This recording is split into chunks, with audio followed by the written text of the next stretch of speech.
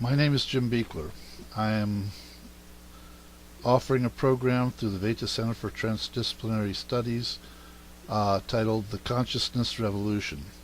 I am a PhD physicist. I've been teaching at the college and university level for 35 years. My specialties are the history of science, history of physics, unified field theories, and the history of them all. I also specialize in the physics of consciousness. Now, in my studies, I've come to the conclusion that great changes are coming to our world as we know it, as well as our worldview of ourselves, the universe, how they interact, and the results of their interaction. Nearly everyone agrees that we have entered a revolutionary period in science, and especially in physics, that will change our world. But that change, as big and as important as it is for the future of the humans, is only part of the expected fundamental revolution in thought that is coming. The unification of physics will be so great that it affects all of science and human thought, literally the way we view and interact with our world, because this revolution will incorporate the mind and consciousness as active players in our reality as much as observers and interpreters of our physical reality. In other words, the scientific revolution will be accompanied by a leap in human evolution that will see Homo sapiens evolving into its own successor, a leap resulting from a previously unsuspected, consciousness-initiated form of top-down evolution instead of the normal bottom-up stepwise evolution explained by Darwin and modern genetics. We will no longer be bound by the limits of our 3D material world and its strict limits to our senses and our thoughts. In other words, this revolution will be more about human consciousness than just physics or even science alone, which means that we need to incorporate both the Eastern and Western philosophies and methods into the new science. We could also say that East meets West and unity emerges. This unity would be a much higher unity than either East or West could supply alone. Western science has recently begun studying and finding value in Eastern metaphysical forms of science, but the process is slow because of the natural differences between Eastern and Western philosophies and science. Yet both follow similar evolutionary paths to come to what as often as recently seem to be radically different conclusions and worldviews. This split addresses the fundamental manner by which we think and thoughts emerge from the background or context of collected memories in the mind. In other words, how we come to have those memories and the manner by which we accumulate knowledge about the world of physical reality to form our consciousness and have a view or an idea of our own self. We normally gain memories and develop knowledge of our world through our conscious or sensory contact with the commonly experienced 3D material world, but we also seem to know things instinctively through non-sensory and intuitive or subconscious means. So how do we gather knowledge to develop our sense of self and consciousness? Well, we have the 3D external world, normal senses like touch. The signal from the external world, electrical signal, comes up to the neural nets in our brain. From there, they're expanded within the context of our mind into whole brain cognition, and hence into consciousness. That's the normal sequence. But we also have intuition and the sixth sense, those things we don't know how we know them.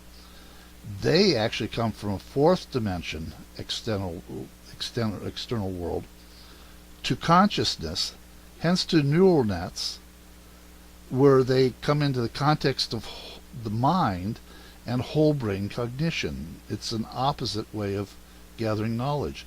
Now, Western philosophy and science has developed through the logic and intuition, so that Western science is objective and based on rational logic, and it minimizes links to intuition and spirituality. Whereas Eastern science takes the other way of gaining knowledge, more important, and so science in the East is objective and based on intuition, subjective, and based on intuition with spirituality, which minimizes or makes the influence of rational logic secondary to intuition. The world and overall worldview of humans through the known world split in these two major ways of thinking and perceiving the world, literally east versus west. Now, we can conclude the split was arbitrary and unnatural. It depended on which any group of people, the Eastern peoples, Hindu, Indians, and Chinese, as opposed to Western European, what they valued the most.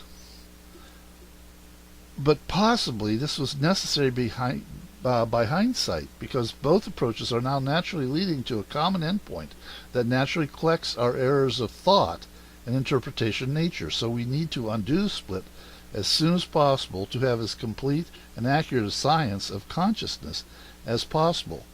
In any unification in physics and in normal Western science, a lot of scientists agree now that it must include consciousness as an active player, not just an observer. Knowing this, how do we proceed? It would certainly seem that something is changing, coming to a conclusion or coming to a head with regard to our interpretation and understanding of nature. So we look at the very most fundamental element of science that best follows our evolutionary development and the historical progression of human thought, our concepts of space and time in physics.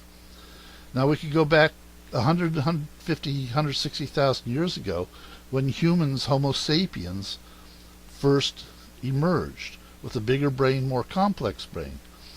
But from 100,000 years ago to 40 to 60,000 years ago, not much happened. Then all of a sudden, there seemed to be a leap, because all of a sudden archaeologists find evidence of mental abstraction and conceptual thinking, which seem to have merged all of a sudden. Now, the first cave paintings and burial rites are evidence of this. Then we went into an era of religion, when gods mediated between man and nature. We had no concept of space and time, although we did start to develop a concept of self. It was us, the gods, ourselves, the gods, and nature. We finally differentiated self about 2,700 years ago, but we did it differently. In the West, we developed natural philosophy. In the East, we depended more on intuition and spirituality. In the West, this led to our concepts of space and time being muddled together in Zeno's paradox. That was solved in the scientific revolution, where Newton split absolute space and time, were basically, that was God and mind, and relative space and time, which became the natural world of mechanics. Well, this started coming together again in the second scientific revolution. In the late 1800s, we rediscovered mind and consciousness, developed the sciences of psychology and psychiatry, but also we brought absolute space back as quantum point space, and then we had brought space and time together into space-time continuum, but as four-dimensional, and that was the relativity theory. And if we look at all this together, what we have is technology is coming together in what they call singularity through artificial intelligence, but scientific concepts of space and time are getting muddled together in space-time continuums, whether our world is four-dimensional or hyperdimensional. And at the same time, we have human evolution of consciousness. The complexity of consciousness seems to be increasing, and all three are coming together at the same time. If you plot this out on a pyramid, it's the point of the pyramid, the capstone. And all three of these are coming together. Human evolution, a leap in human evolution, scientific revolution, and technological revolution. Not only is everything coming to a point, we could call it singularity, we are going to realize and start thinking in terms of a higher dimensional space, which is consciousness denominated. Fourth dimension of space is consciousness dominated, just as our normal three-dimensional space is mind-body, material dominated. Now, how do we go about this? Well, we're going to have to, basically the program on the consciousness revolution will consider Eastern and Western views of consciousness. Then we're going to look at how to unify physics, and physics is just nature. How do we unify our view of nature? That's what physics is. Physics is a Greek word for nature. We're going to consider both top down and bottom up. Top down, how the universe acts through our minds and how our minds work to give consciousness and understand the universe. I call this neurocosmology. We will consider the neural correlate of consciousness. How does a neural net work? We will develop a new physics of evolution, not biology. Biology is just a small part because the whole universe evolves, not just living organisms. We can only then begin to explain the role of consciousness in the physical world. We'll look at strategies to enhance individual and group or species-wide consciousness to prepare for the leap in consciousness. We need to prepare for this because a leap of this type is going to be preceded by chaos, and possibly there will be a chaotic period after it happens. We have to prepare for that to minimize the chaos. We're also going to look at how we use this now. In other words, we're going to relate consciousness and the physics of consciousness to medical practices, therapies, how we teach, how we learn. We're going to look at spectrum disorders like ADHD, ADD, learning disorders, autism, and different things, different types of mental diseases. All these have been increasing since the year 2000, increasing dramatically. And I see this as the wiring in our brain. Nature's playing with the wiring in our brain now, getting ready for this leap. Nature's really rewiring our brains so we will be born with a blank slate in our mind. The wiring will be there for a higher level of consciousness when this leap takes place, and we have to prepare for that. Well, we can prepare for it by learning Aikido or Kung Fu or yoga.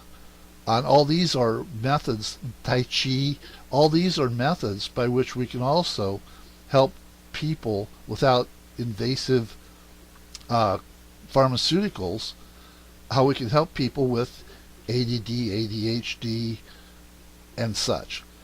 But overall, the level of children who are being born now with these spectral diseases, as well as the number of gifted children, is skyrocketing since the year 2000. And that's because nature is playing with our minds, getting ready for this leap in consciousness, this evolutionary leap in consciousness. So we have the evidence to verify this hypothesis. We just have to get ready and prepare the world for it. And that's what this course, the Consciousness Revolution, is about. Thank you.